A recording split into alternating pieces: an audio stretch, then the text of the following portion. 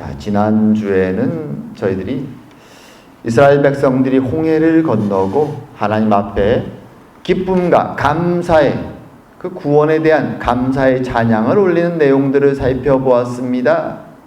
자신들이 죽음의 위기에서 하나님의 은혜로 구원받았을 때 그들의 마음은 정말 기쁨이 넘칩니다.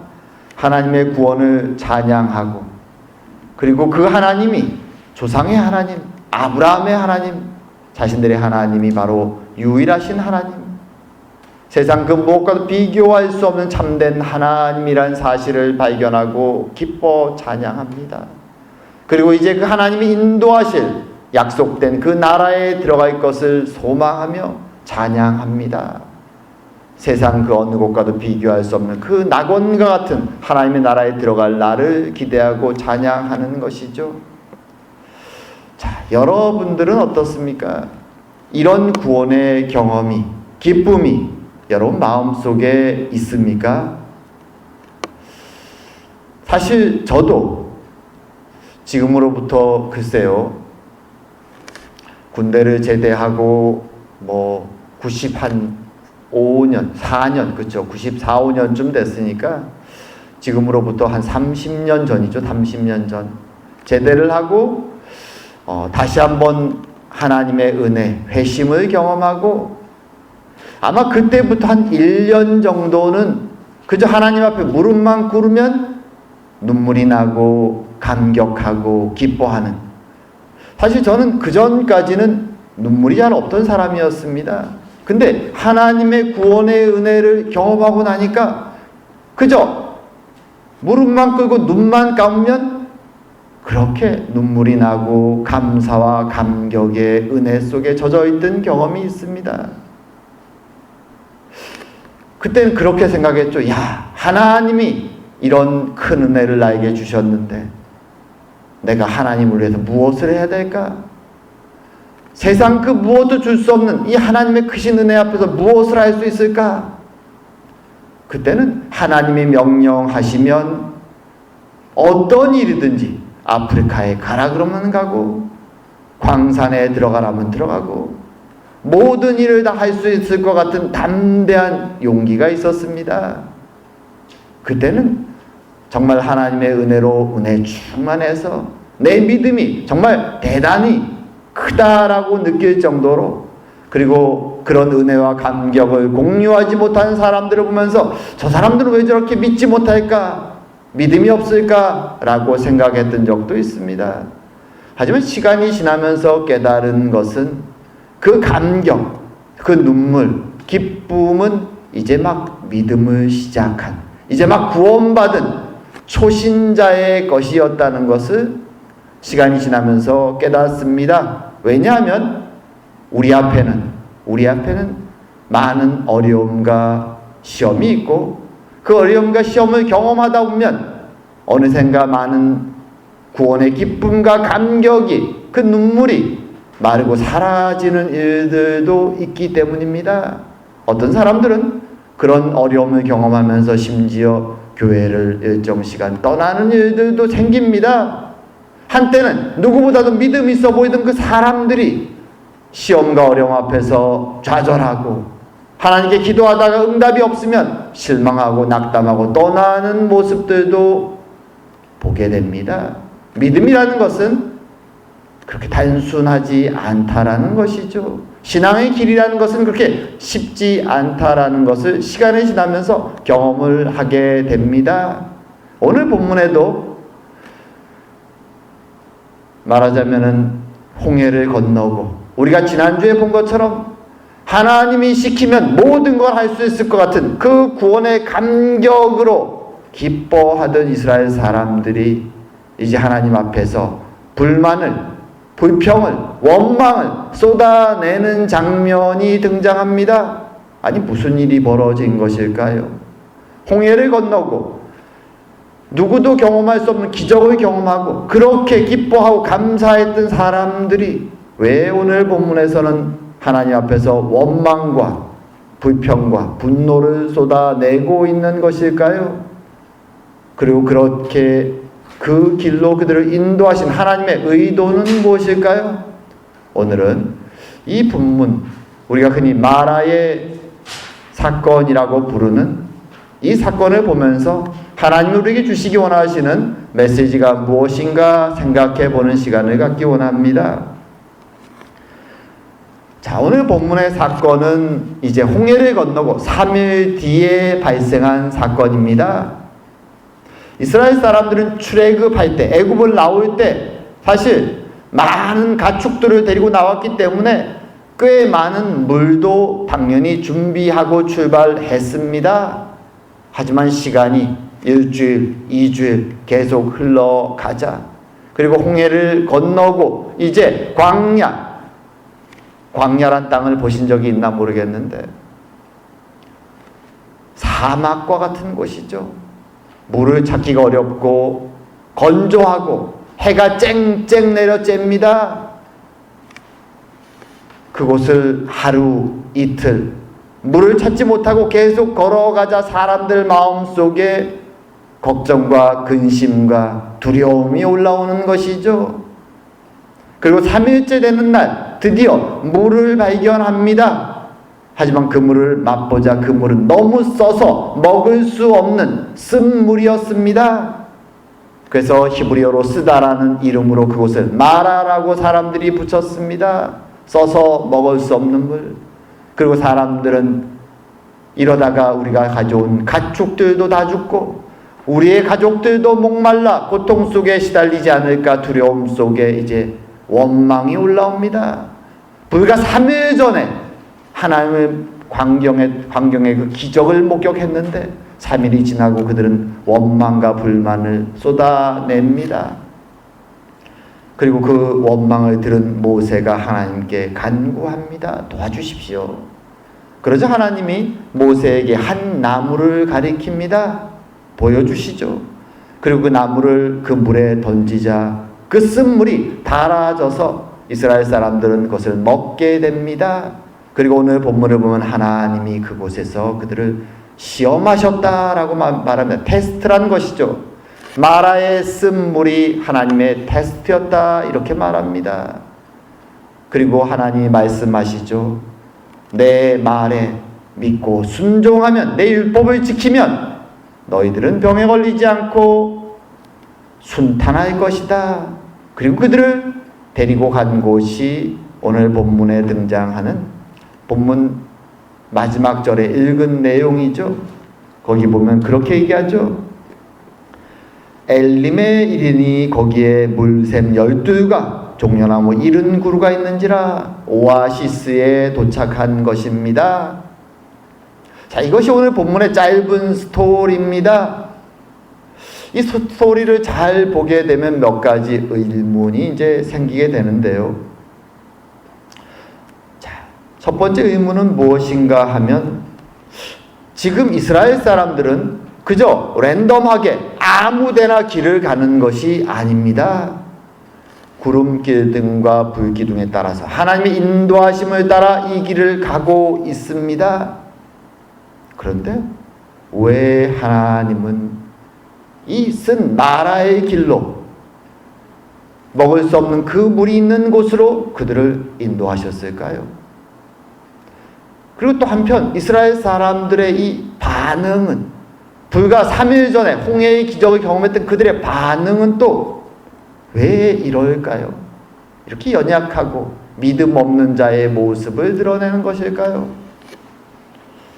자, 먼저 이스라엘 사람들의 모습을 좀 한번 생각해 보기 원합니다. 우린 단순히 이야기로 이 내용을 대하기 때문에 이스라엘 사람들을 보면서 참 믿음 없다. 아니, 10가지 하나님의 재앙도 경험했고 출애굽할 때 그리고 홍해에서 그 기적도 경험했는데 3일 물이 없다고 이렇게 하나님 앞에 불만과 원성을 쏟아낼 수가 있는가? 하지만 어떤 면에서 우리가 만약 이스라엘 사람들의 상황이었다 생각하면 이 상황이 그렇게 만만한 상황이 아니라는 것을 먼저 이해하는 것이 필요합니다. 이스라엘 사람들은 목축업을 하는 사람들입니다. 그들의 전 재산이 바로 가축입니다. 가축들에게는 매일매일 물을 먹여야 되죠. 물을 먹지 않으면 가축들은 불과 며칠 가지 못해 쓰러지고 죽게 됩니다. 사람도 마찬가지죠. 어떤 면에서 하나님의 구원을 경험하고 축복을 기대하면서 나왔는데 그들이 가진 모든 것이 곧 사라질 수도 있다는 위기감이 그들을 찾아왔기 때문에 그들은 이 재앙과도 같은 광야에서의 현실 앞에서 낙담하고 절망하게 되는 것이죠. 불과 3일이지만 눈을 들어서 아무리 봐도 쉴만한 곳, 물을 찾을 수 없을 때 그들의 마음속은 타들어가는 것이죠. 하늘에 해가 쨍쨍 떠서 그들을 덥게 만들 뿐만 아니라 마음속도 타들어가는 것입니다. 이러려고 우리가 나왔나? 라는 생각이 3일째 되는 날 떠오르기 시작합니다. 절박함이죠. 절박함.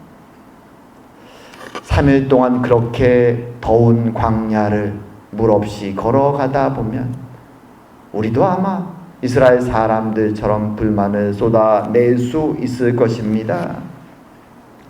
근데 여기서 중요한 것은 이러한 인도함이, 이런 마라로의 인도함이 하나님의 의도 속에 이루어졌다라는 것입니다. 오늘 본문은 그래서 그들을 시험하고 있다 이렇게 얘기합니다. 테스트하고 있다라고 얘기하죠.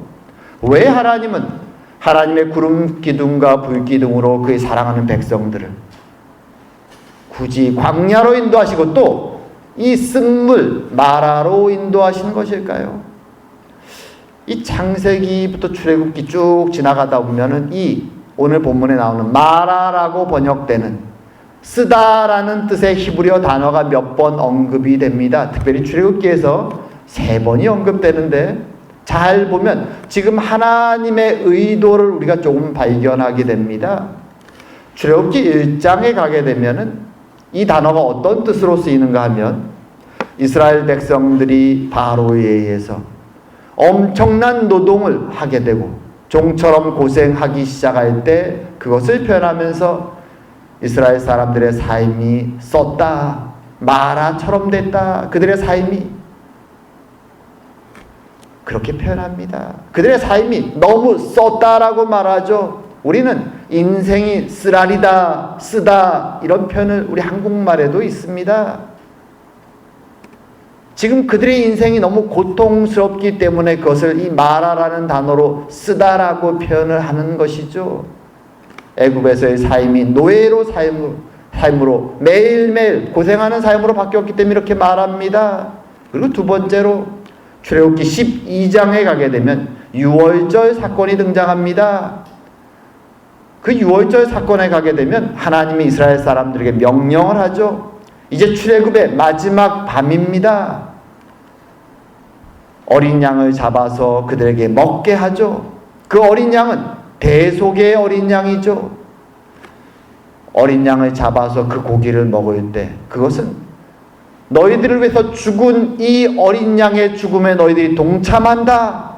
그리고 이 어린 양의 죽음과 피 덕분에 너희들의 죄가 대신 사해졌다라는 의미를 담고 있죠. 그때 하나님이 그들에게 함께 먹으라고 하신 음식이 두 가지가 언급됩니다. 하나는 흔히 우리가 무교병이라고 말하는 이스트를 넣지 않은 빵입니다. 그리고 또 하나가 무엇인가 하면 바로 쓴 나물이라고 우리가 한국말로 번역되죠. 쓴 것을 먹으라라고 말합니다. 쓴 것. 그리고 세 번째로 등장이 바로 오늘 본문에 등장하는 쓴 물입니다. 왜 유월절에 그 마지막 밤에 대속의 어린 양을 먹으면서 이스라엘 사람들에게 무교병 그리고 쓴 나물을 먹으라고 했을까요? 이 빵은 사실 우리가 알지만 이스트가 들어가서 발효가 되고 부풀어야지 밀가루가 부드러워지고 맛이 있어집니다. 만약 이스트가 없는 밀가루를 반죽하면 어떻게 될까요? 딱딱해지죠. 맛도 없습니다. 발효되지 않았기 때문에. 그래서 어떤 경우 딱딱한 그 밀가루 말하자면 과자처럼 해서 먹을 때는 간혹 이스트를 넣지 않는 경우들이 있지만 대부분은 이스트를 넣고 발효를 시킵니다.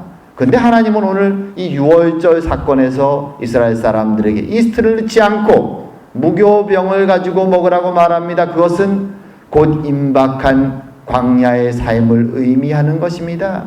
이스트를 넣고 발효를 시키면 맛있지만 대신 오래가지 못합니다. 반죽이 금방 곰팡이가 피죠. 발효됐기 때문에.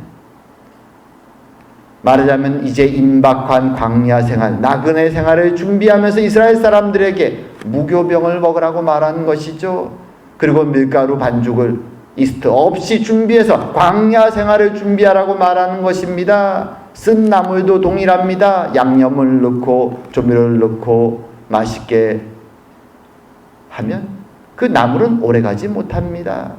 그저 생나물처럼 조미료도 없이 쓴 걸로 먹으라고 말하는 것이 동일하게, 이 무교병과 동일하게 곧 임박한 광야의 여행을, 나그네 길을 암시하고 있는 것이죠.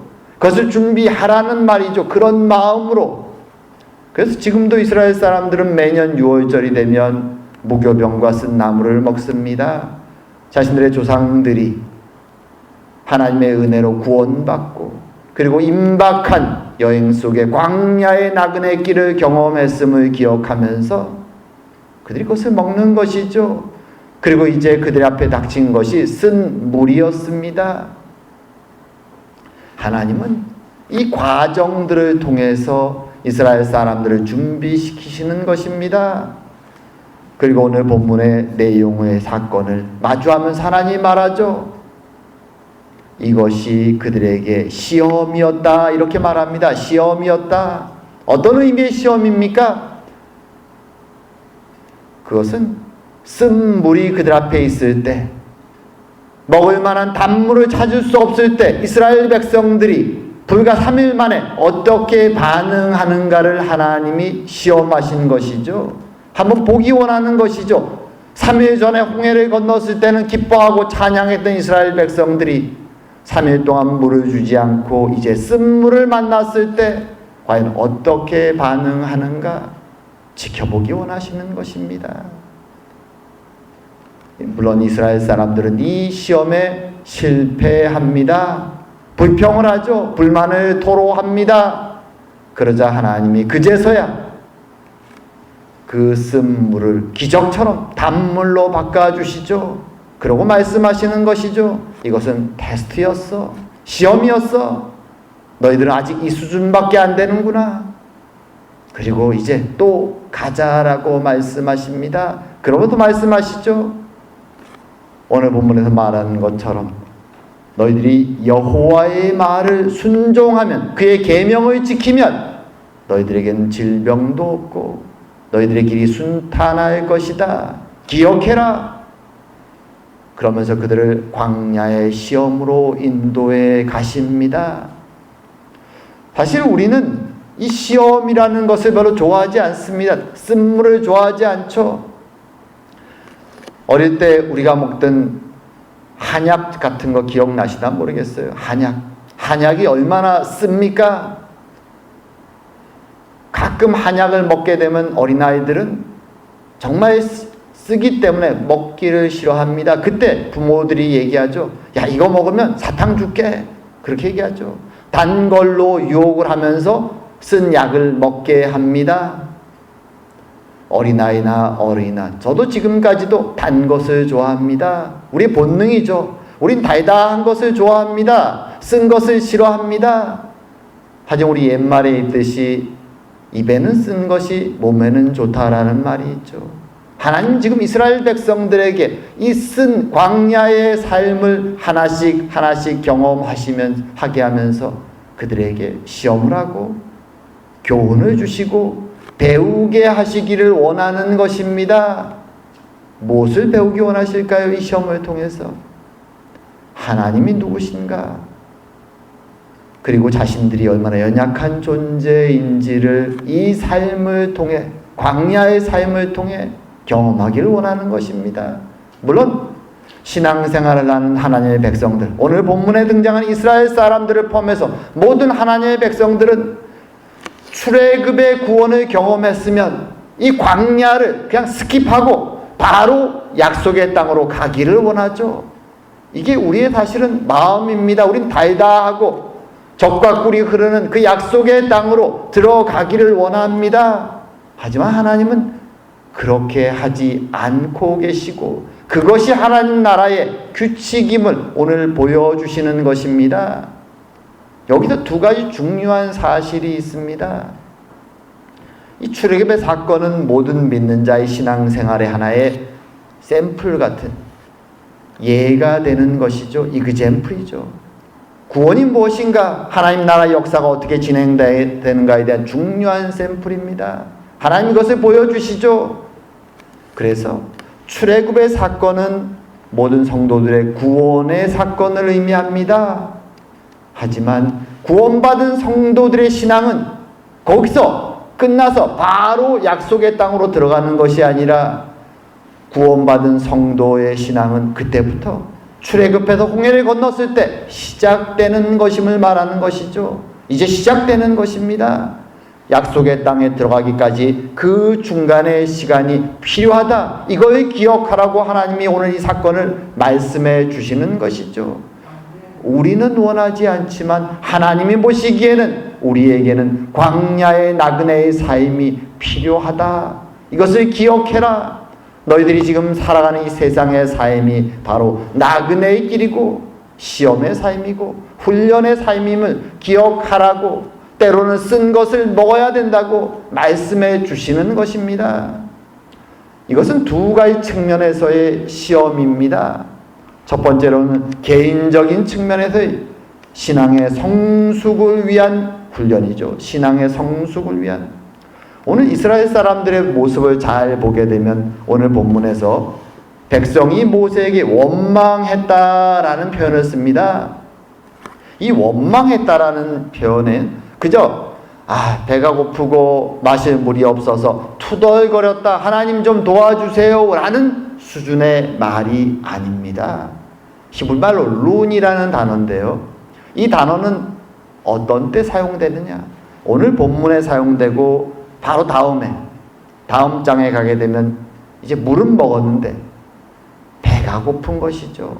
그래서 또 불평해서 만나와 메추라기를 주는 장면에서 이 사람들이 불평하면서 말하죠. 그래도 애굽에 있을 때는 먹을 게 있었는데 불평합니다. 그리고 그 장면을 떠나서 또 출발하면 다시 또 물이 없다고 또 원망을 합니다. 그리고 나서 이 사람들이 시내산에 도착해서 1년을 지낸 뒤 다시 가나안을 통해서 들어가려고 출발했을 때 12명의 정탐꾼들을 먼저 가나안 땅에 보냅니다. 그들이 돌아와서 보고를 하죠. 가나안 사람들을 보니까 우리보다 훨씬 더 강대하고 도저히 싸워서 그들을 이길 수 없습니다. 그러자 또 이 단어가 사용되면서 이스라엘 사람들이 하나님을 원망하고 모세를 원망합니다. 이 중간중간 이 단어가 사용될 때 배경을 잘 보고 그들의 마음을 살펴보면 이것은 단순히 하나님 아버지를 믿고 있는데 어린아이가 잠시 투덜거리는 수준의 원망이 아니라 거기에는 불신앙과 반란 자들이 품는 아주 불순한 그런 원망의 마음들이 있는 것이죠. 그래서 그들이 반복해서 뱉어내는 말들이 무엇인가 하면 왜 우리를 애굽에서 죽게 놔두지 않고 데리고 왔느냐는 말들입니다. 애굽에 매장지가 없어서 우리를 죽게 하려고 여기로 데리고 왔느냐라고 그들은 불평합니다. 만약 이들의 믿음의 수준이 단순히 아버지 배고파요 좀 도와주세요 라는 수준의 불평이었다면 하나님은 이렇게 그들을 광야로 끌고 와서 40년을 고생시키지 않으셨을 것입니다. 하지만 그들의 마음속에 있는 불신앙의 정도가 너무 깊기에 그들에게 특별한 훈련이 필요함을 아시기에 하나님은 그들을 지금 광야로 끌고 오셨고 쓴맛을 보게 하시는 것입니다. 인생의 쓴맛을 광야에서 만나지 않는다면 그들은 하나님이 누구신가, 순종의 길을, 믿음의 길을 갈 수 없기에 믿음이란 무엇입니까?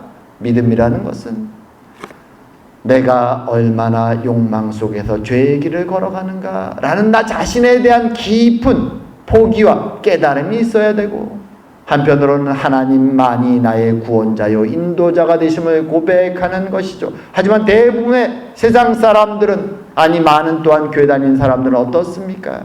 항상 모든 판단의 근거가 나의 욕망입니다. 내 자신이죠. 내가 생각할 때 나에게 피해가 되고, 나에게 손해가 되고, 나에게 불이익이 올 때 분노하는 것이죠. 하나님이 어떻게 생각하는가는 중요하지 않습니다. 내가 어떻게 느끼는가, 내 욕망이 나에게 뭐라고 말하는가. 그럴 때 세상 사람들은 악을 행하는 것이죠. 상대방을 해치고 다치게 해도 나만 괜찮으면 전혀 문제가 없습니다. 그런 것이 오늘날 이기적인 이 세상에 가득 차 있는 모습들입니다. 하나님은 그런 인간의 이기적이고 욕망과 죄와 멸망으로 가는 마음들을 바꿔서 하나님의 사랑과 진리로 그 마음 중심이 바뀌기를 원하시는 것이죠. 나를 의지하는 자가 아니라, 나의 불안과 걱정과 욕망을 의지하고 살아가는 자가 아니라 하나님의 사랑과 진리를 의지하고 믿고 살아가는 자로 그들을 인도하기 원하시는 것입니다. 그래서 그들에게 오늘 이 쓴맛을 보게 하고 그들의 광야로 인도해 가시는 것입니다. 그래서 그들이 좀 더 성숙한 신앙인으로 변모되어서 하나님의 백성으로 변하기를 원하는 것이죠. 어려움이 닥쳐있지라도 불평하기보다는 그래 하나님이 도와주실 거야. 성경은 말합니다. 감당하지 못할 시험은 하나님이 주시지 않는다라고 말하죠. 하나님 오직 감당할 만한 시험만을 우리에게 주신다고 말합니다. 그리고 그러한 신앙인의 모습, 시험이 닥쳤을 때 그것을 감당하는 신앙인의 모습을 세상에 보일 때 그것이 바로 세상 속에서 신앙인들의 사명이 되는 것입니다. 우리도 연약하지만 부족하지만 믿음으로 우리가 단련되고 훈련되고 성장할 때 세상 앞에서 세상 사람들과는 다른 모습으로 드러나는 것이죠. 그리고 그 모습을 보면서 세상 사람들이 말하는 것입니다. 저들은 누구기에 이 어려움과 시험이 닥치는데 흔들리지 않는가. 이런 일에 많이 사용되는 예화 중에 하나가 요한 웨슬레, 그와 모리비안 교도들의 이야기입니다. 아마 들어보셨을 것입니다. 요한 웨슬레는 감리교를 세운 사람이죠. 원래 성공의 신부였습니다. 그가 나름대로 어릴 때부터 신앙생활을 굉장히 열심히 했습니다. 어떤 면에서 그는 좀 바리새인적인 수준에 이를 정도로 정말 열심히 신앙생활을 했죠. 옥스퍼드 대학을 다닐 때도 홀리클럽이라고 클럽을 만들어서 열심히 신앙생활을 했습니다. 그렇게 열심히 신앙생활을 하지만 그의 마음속에 항상 구원에 대한 불안이 있었습니다. 그래도 그는 성공의 신부가 돼서 미국으로 전도 여행을 떠납니다. 이렇게 열심히 하면 하나님이 더 큰 은혜를 주실 거라고 믿고 여행을 떠난 것이죠. 그 여행 가운데 이제 배를 타고 가는데, 이게 1700년대 일입니다. 옛날이죠. 배를 타고 가는데 폭풍이 몰아칩니다. 하나님의 복음을 전하기 위해 가지만 이 요한 웨슬레와 그의 동생 찰스 웨슬레의 마음속에는 두려움이 찾아옵니다. 한번 풍랑이 치는 배 속에 들어가 보신 적이 있습니까? 정말 뒤집어집니다. 뒤집어져. 저도 군대 생활 때 배를 탔는데 보통 때는 잔잔한 바다를 배가 달릴 때는 기분이 좋습니다. 신납니다. 하지만 풍랑으로 바다가 뒤집어지면 배는 정말 아무 힘을 발휘하지 못합니다. 금방 뒤집어질 것 같고 그 뱃속에 있는 사람들은 대굴대굴 굴러갑니다. 배가 풍랑에 맞을 때마다 대굴대굴 굴러갑니다. 그래서 사람들이 멀미를 아주 심하게 하기도 하고 그저 두려움 속에 떨게 되는 것이죠. 오늘 요한 웨슬레가 그 풍랑이 있는 뱃속에서 두려움에 떨고 있었습니다. 그때 그가 찬송가 소리를 듣습니다. 자신과 함께 배를 타고 미국으로 가고 있었던 개신교 교도들이었던 모라비안 교도들을 만난 것이죠. 그들은 그 두려운 순간에, 배가 곧 뒤집힐 순간에 찬양을 하고 있었습니다. 그들에게 다가가서 요한 웨슬레가 묻습니다. 당신은 두렵지 않습니까? 그러자 이 모라비안 교도들이 묻습니다. 당신은 구원받았습니까?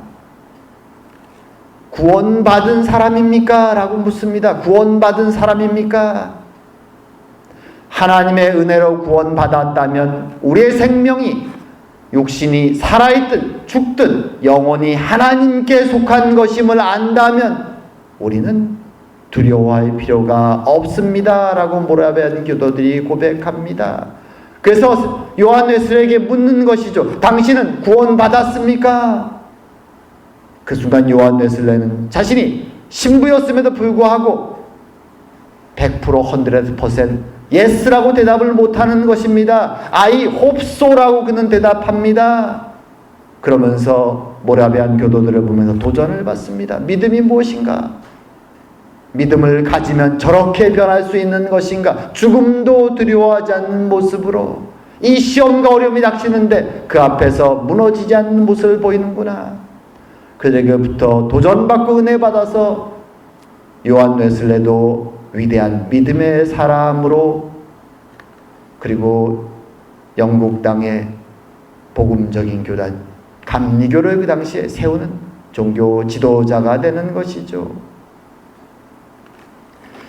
인생 속에 우리는 어떤 면에서 겉으로는 믿는다고 말할지 모르지만 불안과 걱정이 다가올 때 세상 사람들과 똑같이 무너지고 낙담하고 절망하고 그리고 하나님을 원망하는 자들이 될 수도 있습니다. 하지만 하나님은 그 어려움들 속에서, 그 쓴맛 속에서 우리가 자라가기를 원하시는 것이죠. 그래서 이스라엘 사람들이 광야에서 쓴맛을 보고 어려움을 경험할 때마다 하나님은 그들에게 도움의 손을 펼치십니다. 자, 봐라. 두려웠냐? 무서워지냐?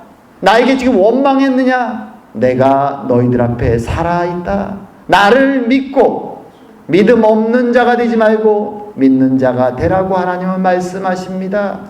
그 일을 40년 동안 하나님은 계속 반복하시며 그들을 약속의 땅으로 인도해 가시는 것입니다.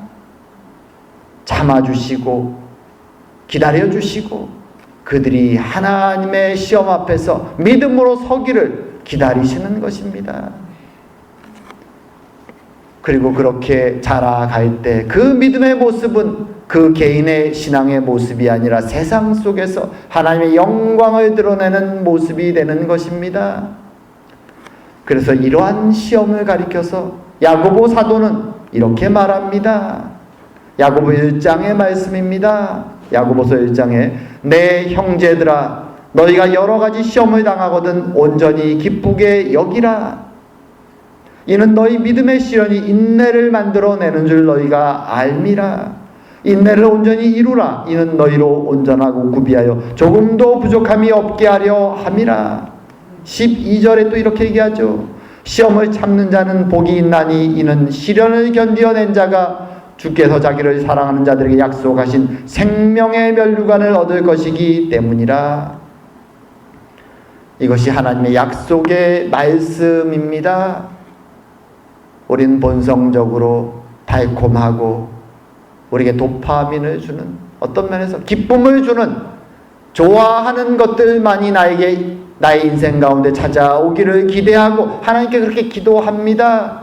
하지만 그 달달한 인생의 것들이 결코 우리의 신앙을 성숙하게 만들기보다는 우리를 타락으로 세상의 길로 인도하심을 알기에 하나님은 우리 앞에 광야의 길을, 나그네의 길을, 쓴 길들을 준비하시는 것입니다.